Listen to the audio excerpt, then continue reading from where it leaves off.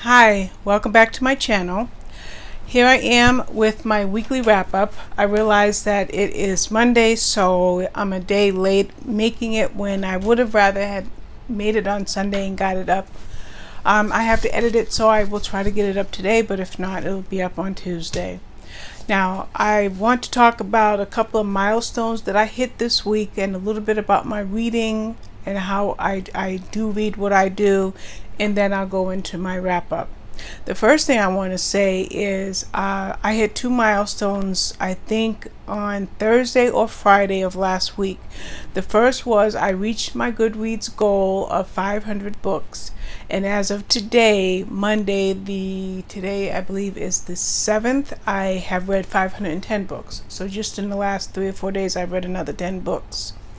Another milestone that I reached was on NetGalley, which is the review site that I started off book reviewing at. I reached 700 reviews, and I think as of today, Monday, I am up to 708 or 709.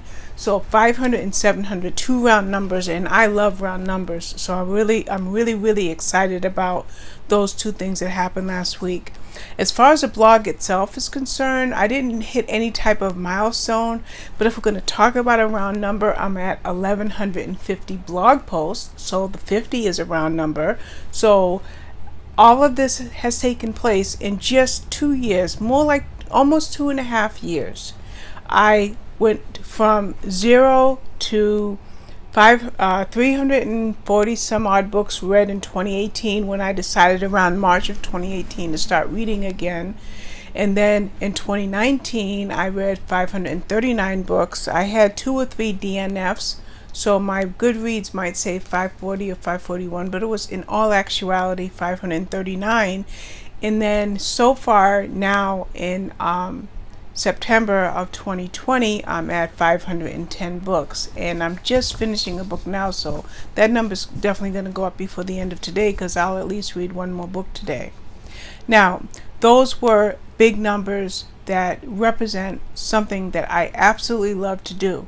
So I wanted to talk to you a bit about my reading, why I read, and I got an interesting question I'd like to talk about too. And just before I tell you that, let me tell you what happened to me when I posted. On just about every reading group that I'm in, there are some questions that come up. How many books have you read this year? What are you reading now? What is your reading going to be for this week or for this weekend? So when I hit those round numbers, I posted that information that I just gave you, and I got no less than 1,000 views, likes, comments, and so forth and so on. Just a constant barrage of interested people. But they come in pretty much 2 camps. One camp is, wow, Robin, that's great. Goals, I love it. Congratulations. Keep up the good work. The other camp is kind of a very small camp. Is, are you going to run out of things to read? And I find that to be humorous.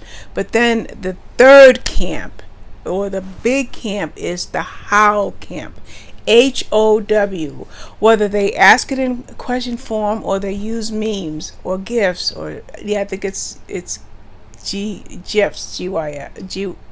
GIFs. Whether it's GIFs, memes, or the word, the question is how. Well, I want to talk about how really briefly in this video, and we're already 4 minutes in, so brief is out the window. How is I am homebound and disabled. That's how. I don't have a job. I don't clock in anywhere. So my time is my time. How I choose to spend my time is primarily reading. But I do have other hobbies. Jigsaw puzzles and adult coloring. Never mind my Nintendo Switch Lite when I want to play games like chess, Animal Crossing, or whatever have you. I will put an audiobook on and I will multitask with means of that audiobook. If you can see this right now, I'm listening to Rogue Princess by B.R. Myers, and it's an audiobook. So what I will do is when I want to engage in secondary activities, I will put on an audiobook. There are times even when my Kindle is not in here, it must be in my bedroom. There are times when I'll use the Kindle text to speech feature, and that I will play at 4 speed because my brain processes things very quickly. So anything less than 3 speed is too slow, but 4 speed is actually the speed that I listen to with text to speech. And again, it allows me to multitask. But if I want to read while I'm using text to speech, I can't, because I read faster than 4 speed.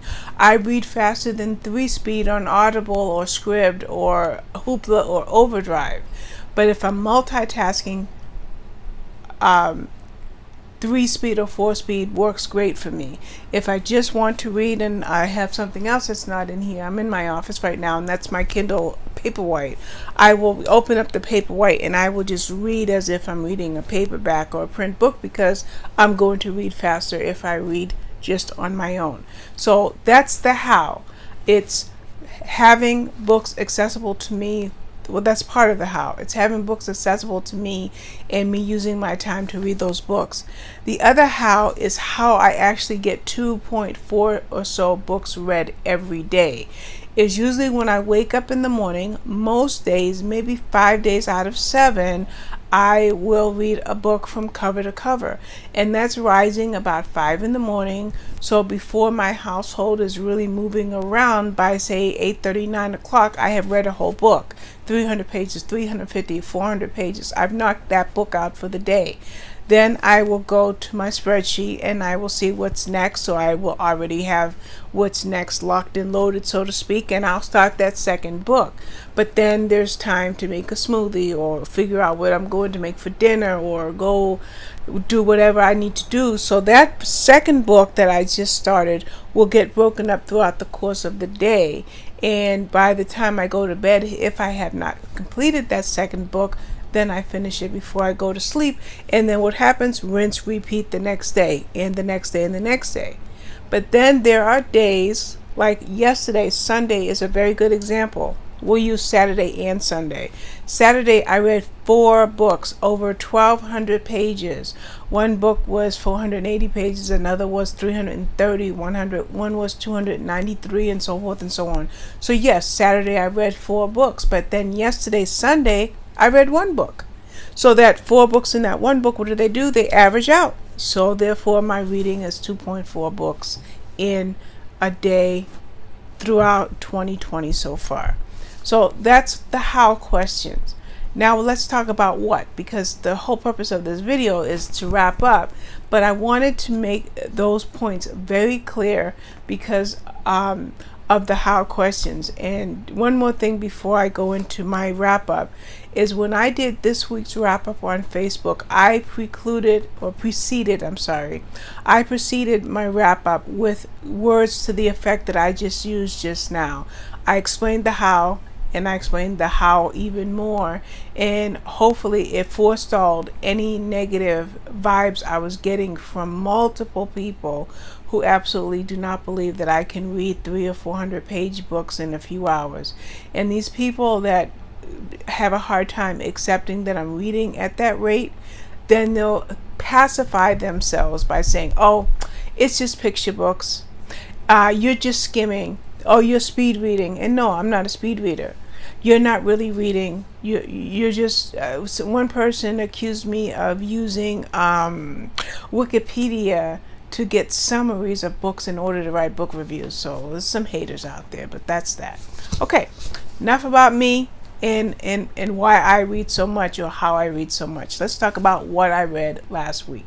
And yes, as always, I print out my summary because I have multiple books that I'd like to talk about, and because there's multiple books, there's going to be holes in my head with regard to my memory. Now, I'm going to tell you something about my memory. I have almost perfect recall to everything that I read, but this environment right here, this iPad working as a camera, in order for me to, just shutting that notification off, this iPad acting as a camera, it makes me nervous, and when I get nervous I start to forget things. So therefore it's much easier for me to use notes. So to start off this wrap up for this week, and I will put a timestamp in my description in case nobody wants to hear me blather on about all that other stuff, is I read 17 books, I believe. Yes, 17 books for the very first week of September. The first day of September, I believe, was on a Tuesday. So from Sunday, August 30th, Sunday, August 30th to Monday, August 31st is part of the first week of September. So in that first week, that was 17 books. Of those 17 books, I believe only 3 were audiobooks and the other 14 were ebooks. No print books this time around, just audiobooks and ebooks. And the ebooks are mostly ARCs, which are advanced reader or advanced review copies. And I want to throw that in. That 510 books that I've read so far this year, how much money am I spending on books? Because that question came up twice. Except for my Audible and Scribd subscriptions, I'm paying $0 because I'm a professional book reviewer and I get paid in books. That's the remuneration that somebody asked me twice. What is the remuneration? I can't even say it. What are you getting paid? And no, I'm getting paid in books because I love to read. All right, so the first book was Autumn Skies Over Ruby Falls by Holly Martin. And I'm going to pretty much do this wrap up in the order in which I read the books. And this was basically the second or the third book in the series. I'm not sure which one. And it was by Holly Martin, so I got the book from her. And it was basically about a woman who enjoyed teaching dance, but she had a major betrayal in a previous relationship. And because of this relationship, she felt like she would always be single going forward. But then someone from her past, Angel Mazzeo, is back in town, and sparks begin to fly between the two of them. And it turned into a very touching story because she had a devastating hurt in her past and he had something in his past, so it makes them each a perfect complement to each other. And it is the second book in the series. I can see that right now. In the first book was Sunrise Over Sapphire Bay. And what was nice about the first book is it was about their sister Aria falling in love, and this is Clover's story. But then there's a third sister named Sky, and she hasn't been as lucky in love as Clover and as Aria. So I'm kind of thinking that the third book of the story will be Sky's book. And that's pretty much, I'm just going to summarize, not read all these reviews because it would be an hour-long video. And that book I want to thank Holly Martin for directly. I'm just going to move a little bit so I stop hitting my tripod. That book I got from Holly Martin, I want to thank her for that. And that's something that I want to start doing in my videos, is thank the publishers for the books that I get, because I don't think I've been doing that. Okay, the second book I read was one of 2 books I have on Audible, and this was Prayers for the Dead by Faye Kellerman. And the reason I read this book is because I have a book coming out in January called The Lost Boys by Faye Kellerman, and it is part of the Peter Decker / Rena Lazarus series. Well, and I think in my August wrap-up, I talked about Prayers for the Dead, but we're doing my first week of September. So if you watched that other video, you're hearing similar comments. I got The Lost Boys for review, but I found out by looking at my Audible account that I think I read 8, but I had 5 more on Audible that I bought years ago that I never listened to. And then beyond those 5, there's at least 4 that come before The Lost Boys. So come this month, September, I will be reading 1 or 2 books a week, so that by January, I'm all caught up, so that when I read and review Lost Boys, I will have read the whole series in full. And the very cool thing about me and my memory and my retention skills, it's been almost 5 years since I read a Decker / Lazarus book by Faye Kellerman. But would you believe it or not, know that when I picked up Prayers for the Dead, I remembered the couple, their children, the boys that are around right about the age of being teenagers now, and their little girl, and Peter's job, and Rena's faith, and how Peter converted to Judaism. I remember all that. It's kind of amazing to me, because it's been over 5 years, and in those 5 years I've read hundreds and hundreds of books, but yet I remember the series. So that's all I'm going to say about that. Obviously I'm going to give it 5 stars because I'm a series fanatic. I love Faye Kellerman. I love her husband, Jonathan Kellerman. I love their son, Jesse's writing, so I love the Kellermans as writers. Okay, the next book I read is, I believe, for a blog tour. So even though all my I want to say this, all my reviews are on time right now. But some of these reviews are all the reviews on NetGalley or Goodreads, but not on the blog, because they're only going on the blog, A, on blog tour date, or B, on release date. So the very next book was A Year at Appleyard Farm by Emma Davies, and I think this is a reprint or a re-release, because I don't think I wrote the name. It was written as a different book, as a series, like an anthology, a single author anthology, and it had different titles for each one. Well, I just got it, and when I got it, they had broken this book, or Emma Davies had broken this book up again into 4 sections, but as a progressive story, and each one was a season: winter, spring, summer, and autumn. And again, I talked about this book at the end of my August wrap up, and it was a great story. It was really sweet. It started off with one couple, and how, I'll tell you a little about it. It was Freya Sherburne, who lost her father, and so therefore she thought she could no longer maintain her orchard, and she was thinking about selling it. And all the while she had a live-in boyfriend, but he was of no help to her, so she was doing all the hard work herself. And she does have somebody that's helping her with the crop in a sale of, I think it's wreaths that she was making, Christmas type things that she was selling wares at a flea market type of thing. And so this particular person really was really special to her, and that's their love story. And then it went on to another couple, and they were either friends or related to each person that had their story. Like in spring it was Mary and Tom, in summer it was Willow and Willow and Jude, in autumn was Stephen and who was Stephen with? Laura, Stephen and Laura. So and by the way, just to give you the continuity, the first one, Winter, was about Stephen's brother Sam.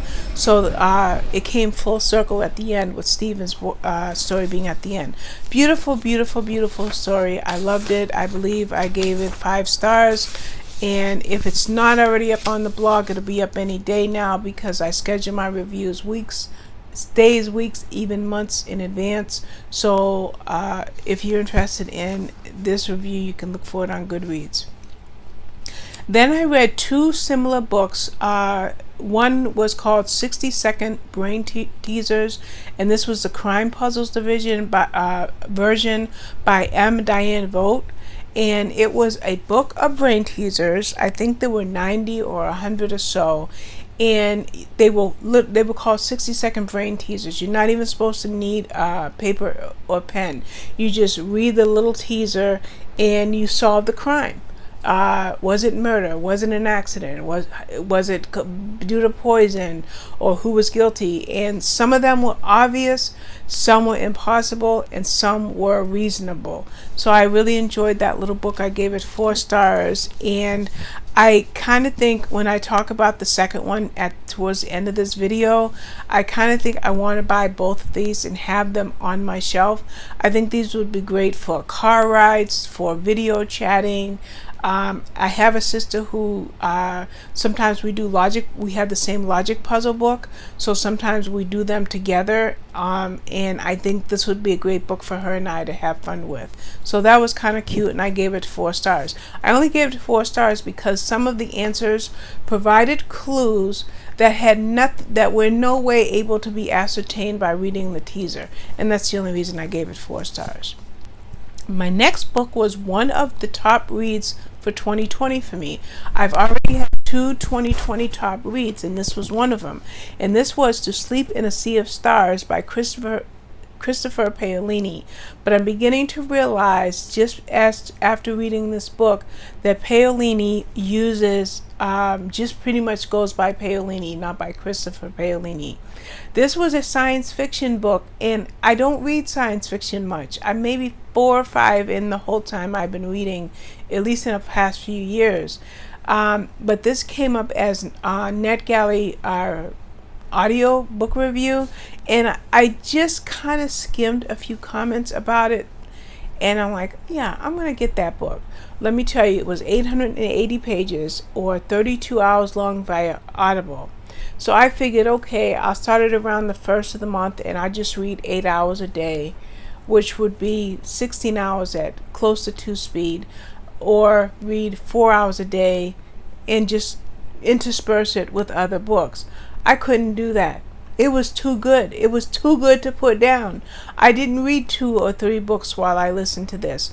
I remember starting it around midnight one night, listened to it for 2 or 3 hours, went to sleep, got up around 6, and listened to it all day at 1.75 speed, so that by 8 or 9, I was done with the whole book, 880 pages. Great read.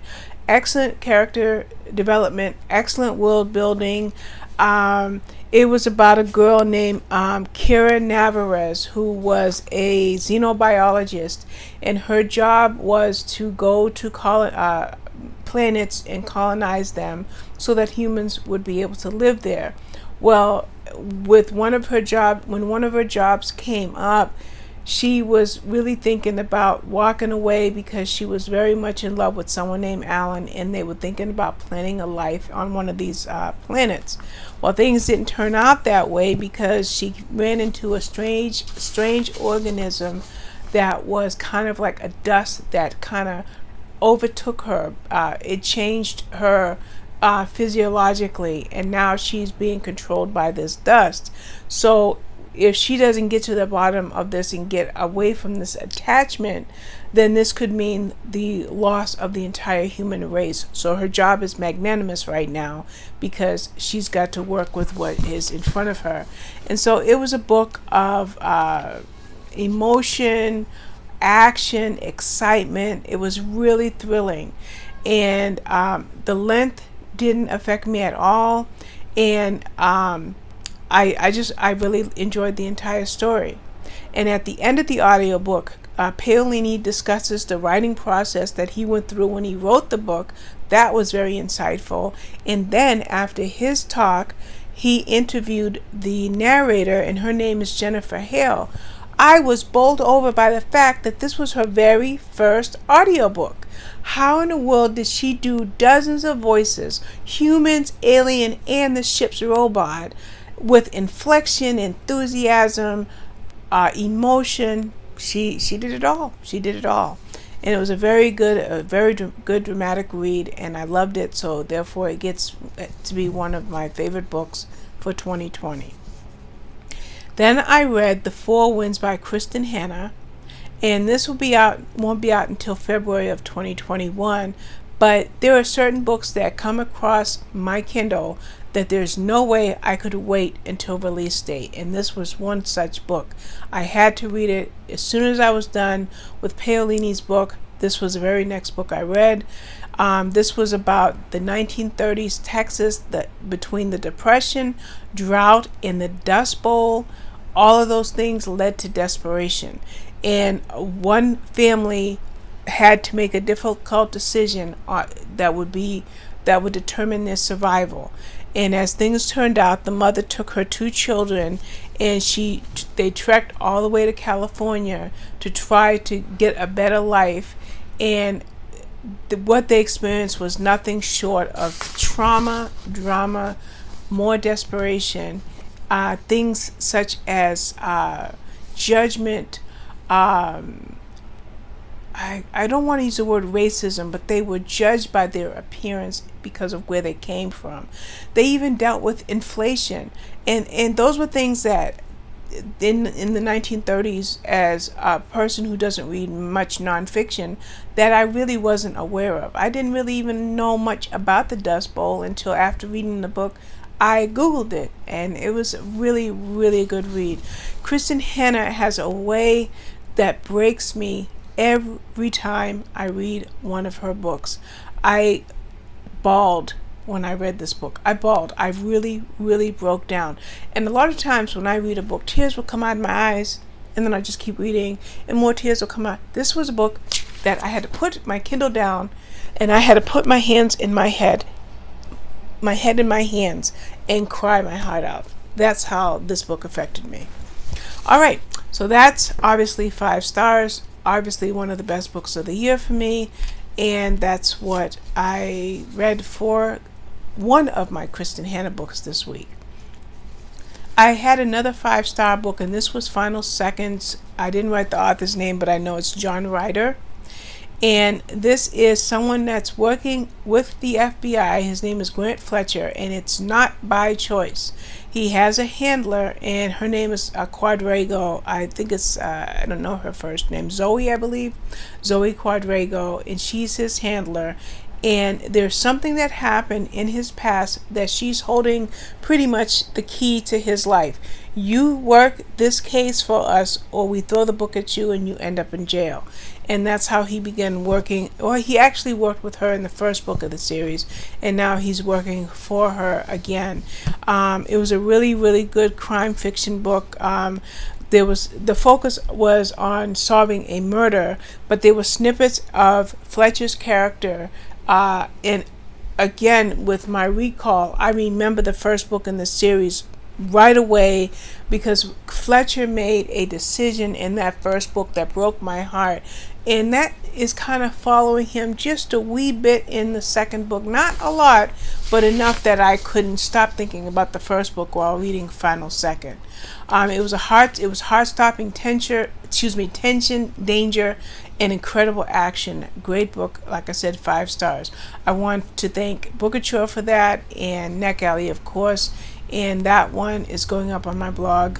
I think maybe the 6th or today's the 7th, so maybe in a few days. This is a blog tour title. Then I joined some street teams, or some author teams, last month. And the very first one, that new one, because I'm on 2 other street teams, but one of the new ones is Kaylea Cross's street team. So I got an early read to Lethal Temptation, and that'll be out September 29th in just a few weeks. It was a great book. I was able to give it 4 stars. It was about a detective named Avery Dahl who is bouncing back from a divorce, but she has a wedding to go to, and her family is kind of like a matchmaker, overly concerned in her business type family.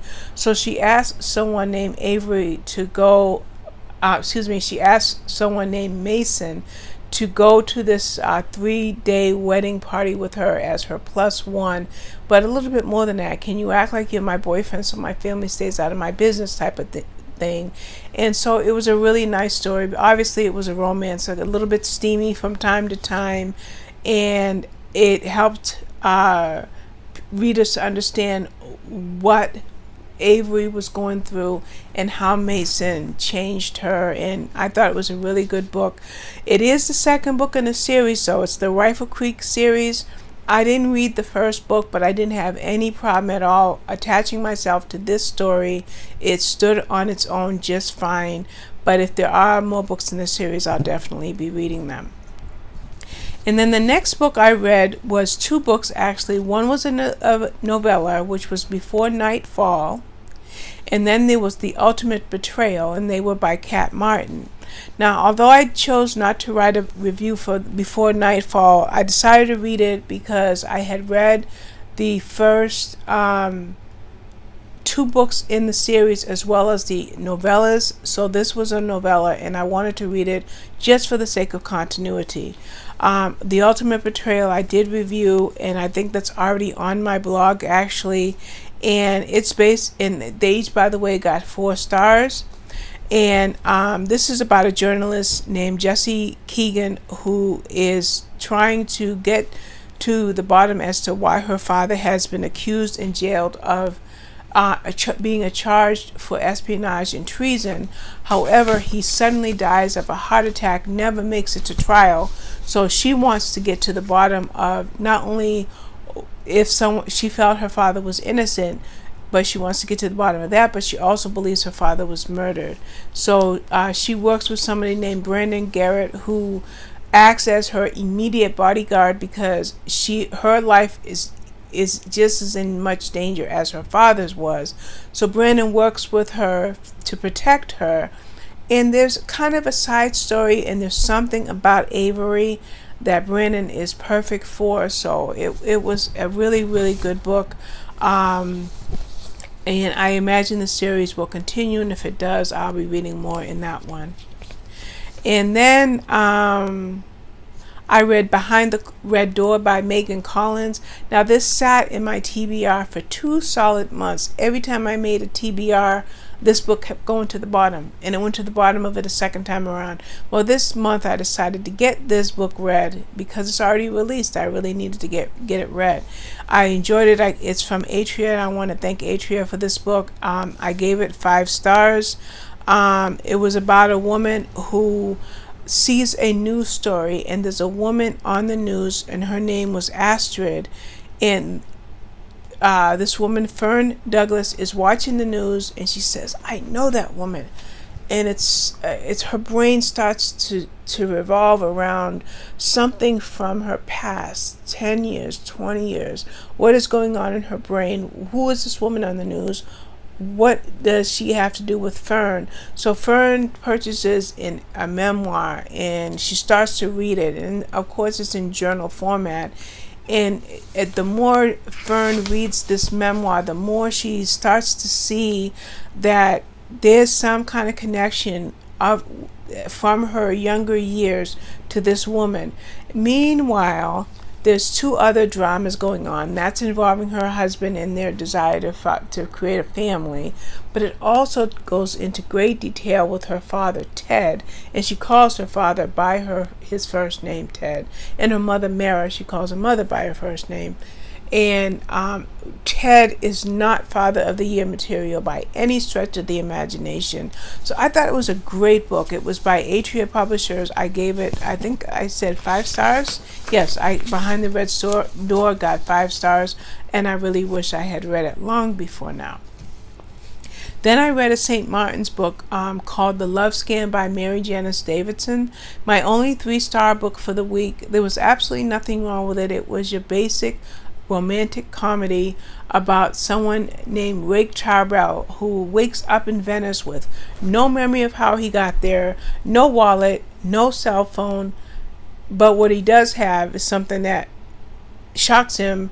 Is a girl and a woman, and the woman says, "This is your daughter," and he has no knowledge of this child, no idea who this woman is, and it turns out to be a little bit of mystery because the woman, what's her name? Her name is Claire Delaney.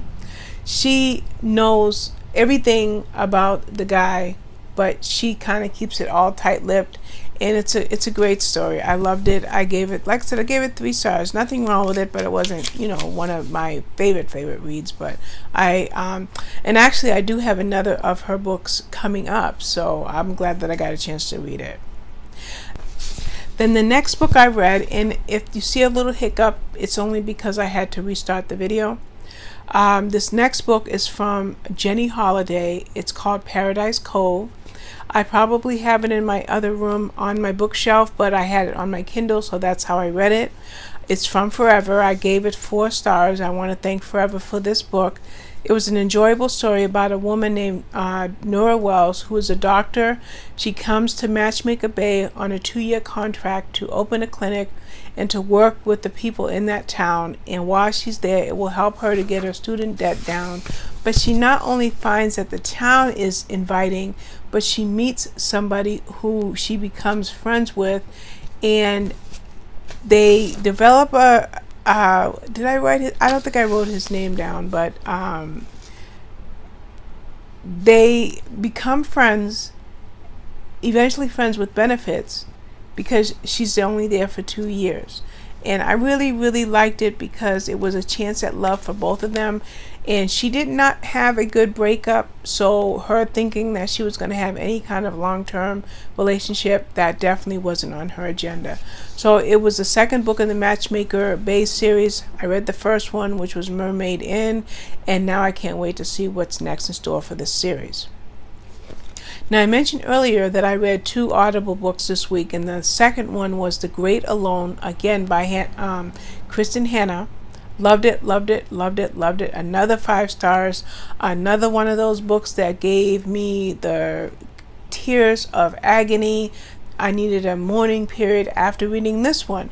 This book here was about a man who moved his family to Alaska. He came out of the Vietnam War, a former POW with PTSD, and I did not use the term PTSD in my review for some weird reason. And he started to have all these strange ideas. And his wife was of the mind, as a matter of fact, she told her daughter one day, if somebody hurts their back, you still love them because it's just pain and you still love them. So she's telling the daughter, and her daughter's name was Lenny. She says to her daughter, just because his pain is up here doesn't mean you stop loving him. So when he says, let's go to Alaska, we're going to start over, her and the daughter, the mother and the daughter, and did I write her name down? I did. His name was Ernst, and his wife's name was Cora, and they followed him to Alaska. Not the place to be, because you have to learn to hunt, you have to learn to fish, you have to create a greenhouse, you have months and months of brutal weather, and you have bears.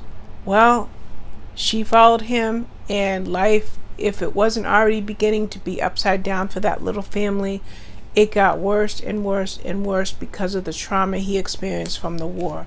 Excellent book, very descriptive of the environment, very, very nice supportive characters.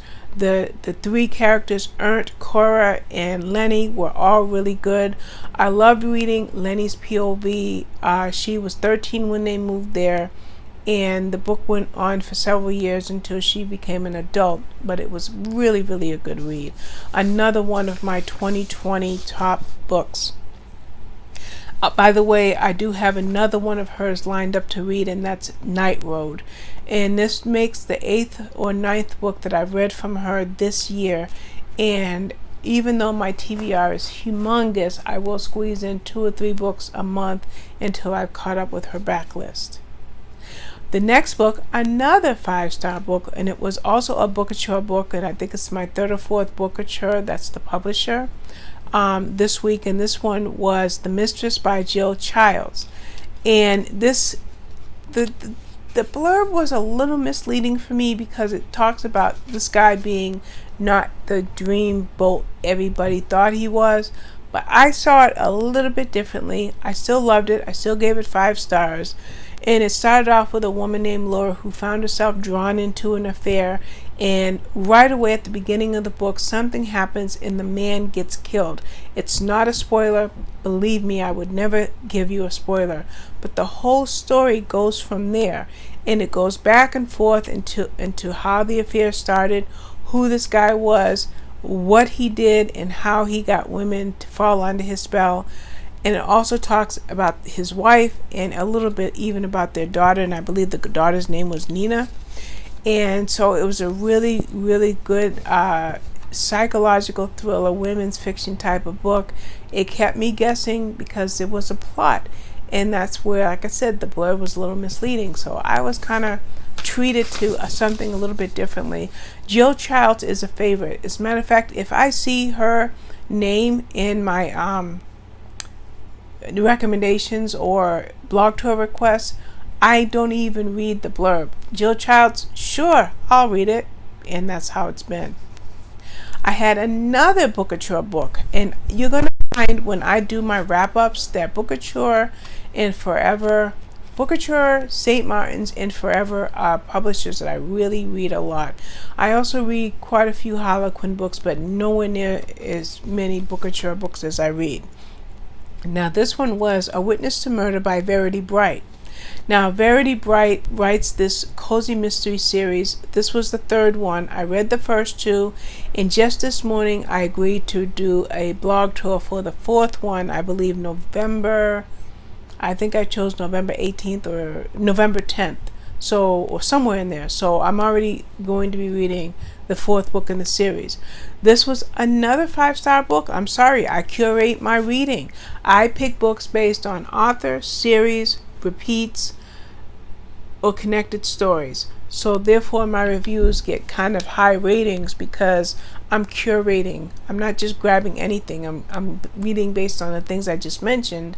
So this was a cozy mystery, and this woman, Lady Eleanor, she, who is called Elle, she already has proven herself quite adept at solving murders. So it's a cozy mystery, and we know by anybody that reads cozy mysteries knows that when you read these books, things are going to happen, and there's always going to be the main protagonist that is solving crimes.